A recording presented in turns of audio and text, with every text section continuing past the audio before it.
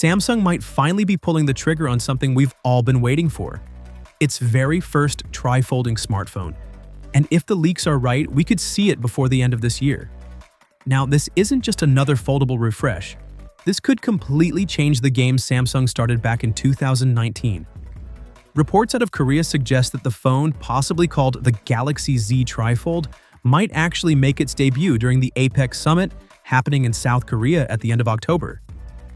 That's a pretty big stage for Samsung to show off something this ambitious. But here's the catch. The rollout might be super limited at first. We're talking just China and South Korea, with around 50,000 units planned for the first wave. So yeah, it could be pretty hard to get your hands on one in the beginning.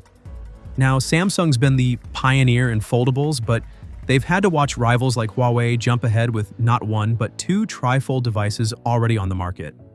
With the Z TriFold, Samsung clearly wants to remind everyone who's really leading innovation, and maybe even make foldables mainstream instead of just a niche gadget for tech fans.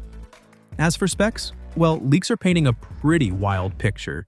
A 10-inch dynamic AMOLED 2X screen, Snapdragon 8 Elite processor, up to 16 gigs of RAM, storage options all the way to 1 terabyte, and of course, Android 16 with One UI 8 right out of the box.